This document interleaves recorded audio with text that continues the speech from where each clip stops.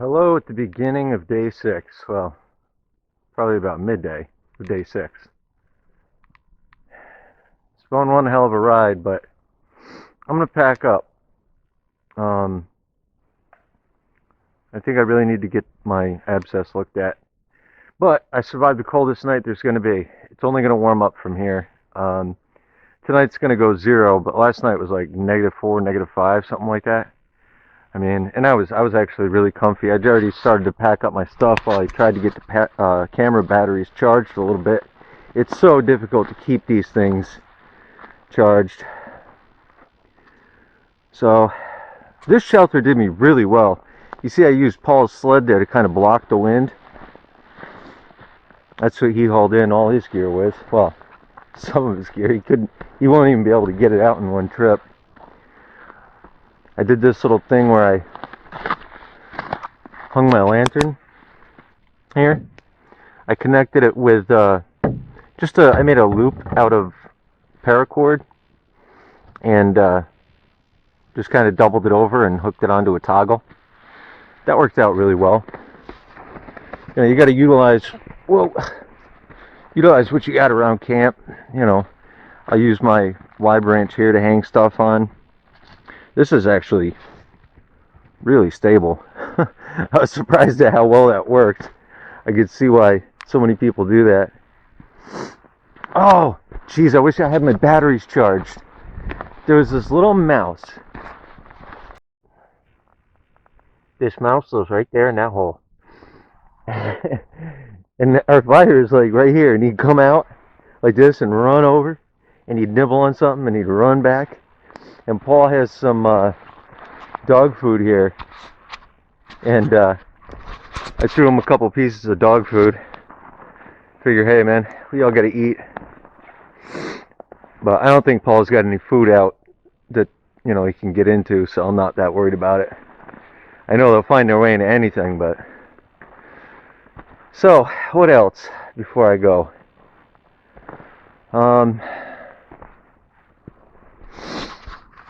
I don't know.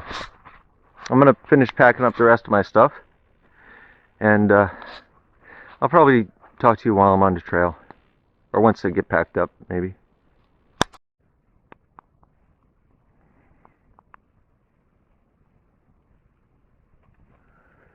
Getting pretty late in the day here, day 6. If I had to guess, maybe 1 o'clock, 2 p.m. My cell phone's dead, so I'm not really sure. Just kind of chilling by the fire for a little bit, taking a break. I'm almost packed up. I just gotta take down the tarp. That'll only take a couple minutes, because I didn't use any knots on it that I really need to like untie. It's just like down here on the ridge line, it's just wrapped around that stake, and then this is just a quick release knot. So when I pull this, the whole thing will just come slack. And did the same thing up there, but I used a wooden toggle, so because I thought there might be tension on that, so I used a toggle to stop the quick release. So once I pull that toggle out, it'll be a quick release knot. So yeah, that axe worked out really good, but like I said, I gotta rehone the edge on it.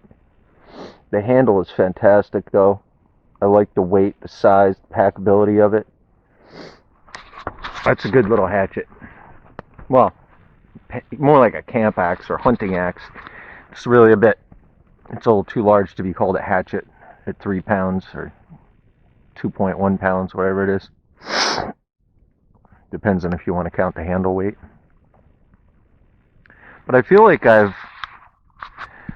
proven to myself what I wanted to this trip, at least. You know, I know if I could make it through last night, I can make it through the next night. I have plenty of food.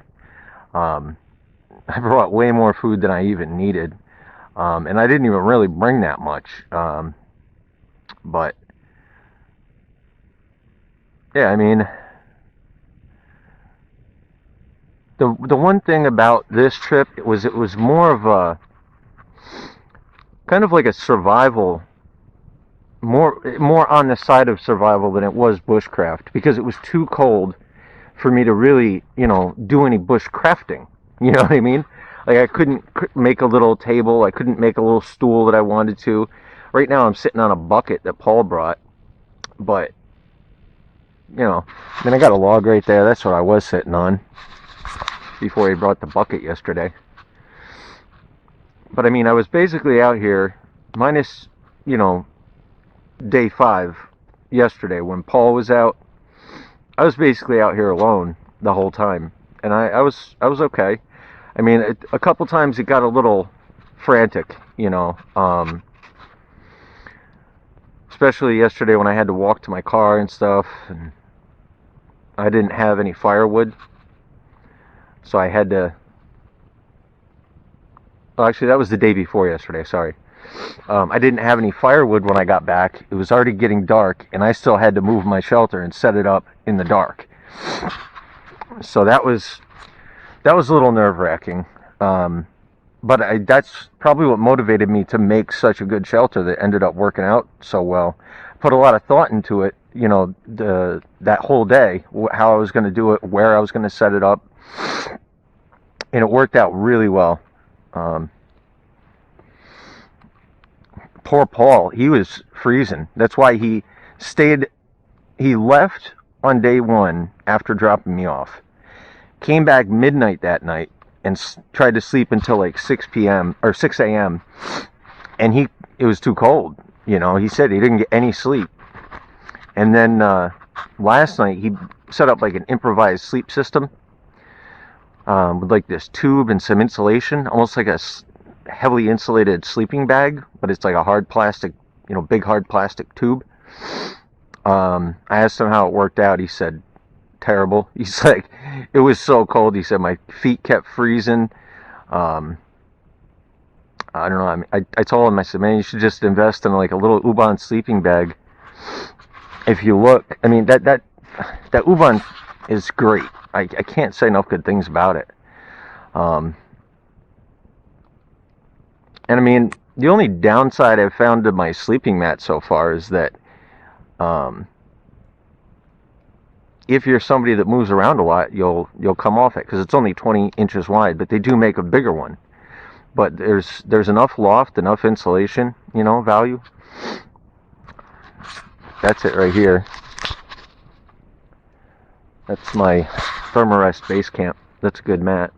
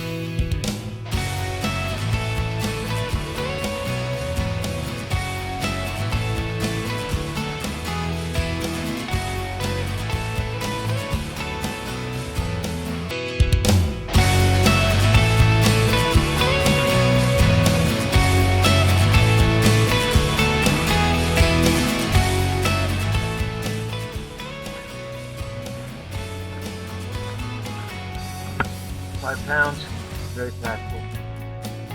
This is a sleeping bag that you see bulk in the things right there.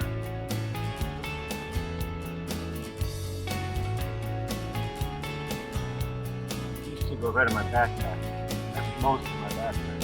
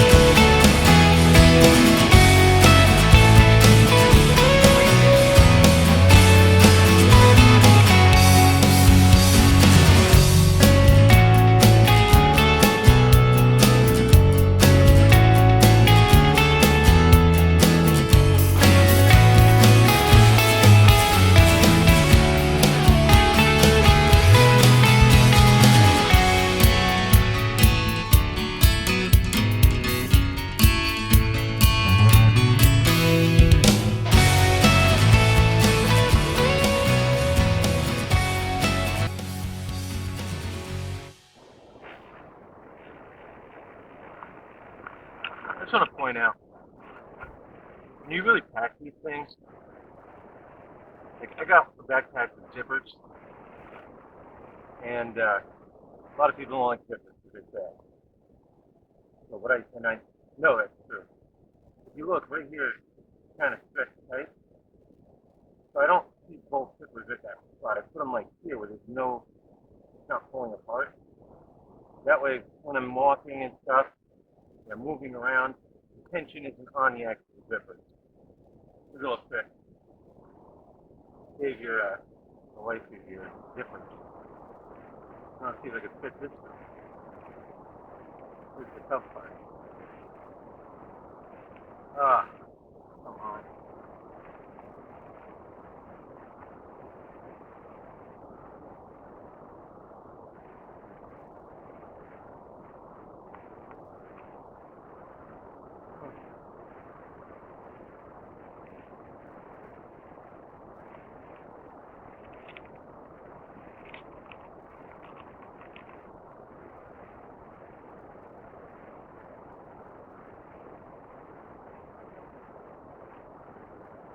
Help if I unzip it all the way, huh?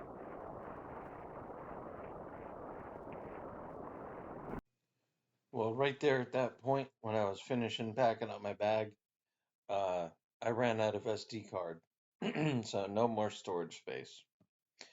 Um, so I hiked out of there. I didn't get to film any of that. Um, I stopped at Stewart's, and this what you're seeing is my victory dance. Stewart's buffalo mac and cheese. If you've never had it, you don't know what you're missing. Even though they only had like enough to barely fill this bowl and it was all like hardened to the bottom and crusted, but they wouldn't make me any fresh stuff. So I was like, fine, take that. So I took it and yeah, it was still good. I can't complain. I got back to Paul's place. He was sleeping. It was just me and Pretty hanging out. It was actually kind of funny. I was just sitting there hanging out with Pretty and trying to be quiet because Paul was sleeping. And all of a sudden his heater, it must have broke and it kicked on. And I don't know how this guy actually slept through it, but geez, listen to this.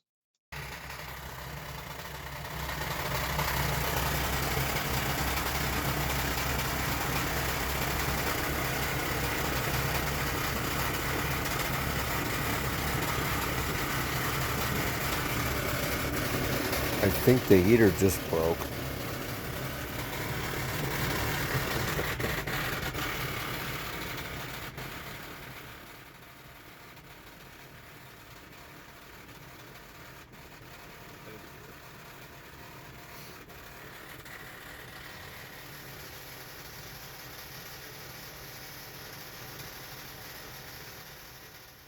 Hey, so I'm here at Paul's. Um, It's night 6. I hiked out at about, well, I got to my car at about 6:30. I don't know what time I started hiking out because my phone wouldn't turn on. It was too cold.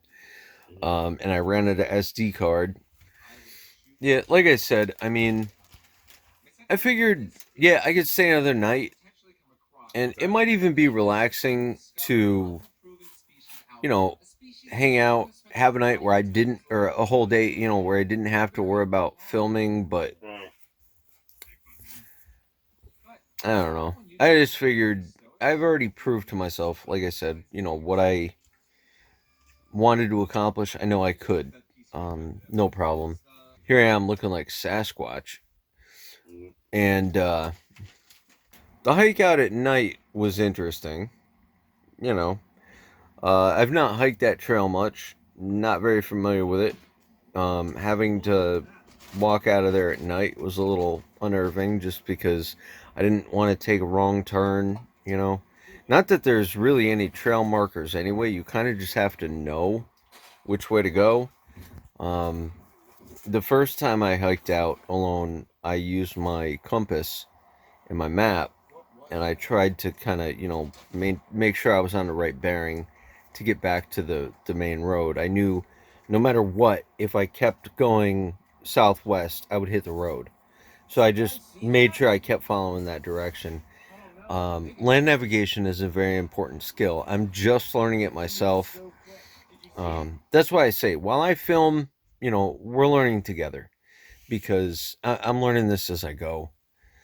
I'm sorry I couldn't do more bushcraft projects out there, but this was um, more of almost leaning towards a survival situation than it was bushcraft. It really was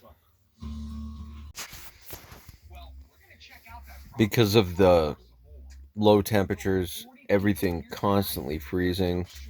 It made any kind of, like you would gather water, it'd be frozen in a couple hours. Um, if you had electronic equipment, it would die like immediately. So like my little camera, for example, that I did most of my recording with, I had to keep that in a pocket close to my body to keep it warm, just so I'd have a little battery life when I went to record. That's why you won't see many long clips. They're all little short clips because if I left it out to record, it would die. So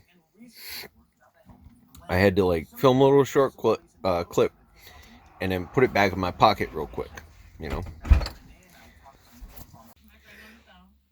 It's funny when I got back to Paul's place and back to civilization. Um, well, close to it anyway, a couple hours away. Um, People were asking me, oh, did you have fun? I hope you had fun. And it's like, at the time, no, it was miserable. It was nerve wracking. I was doing everything I could just to make it through the night. But someone once described fun in different like tiers. Okay, so you have like your cheapest, most forgettable type of fun. That's like riding a roller coaster. So you ride a roller coaster, yeah, it's fun. Looking back, does that trigger the thought of fun in your mind? Not really. It's fun when you're doing it, but looking back on it, it's like, yeah, I rode that roller coaster. I don't know. And then the other extreme is like what I just did, where you're out there, you're pretty much miserable and suffering, most of the time. Don't get me wrong, there's a lot of levity, while I'm out there.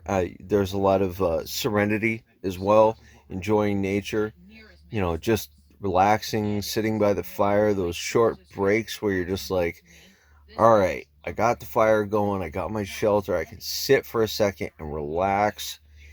Those are great moments.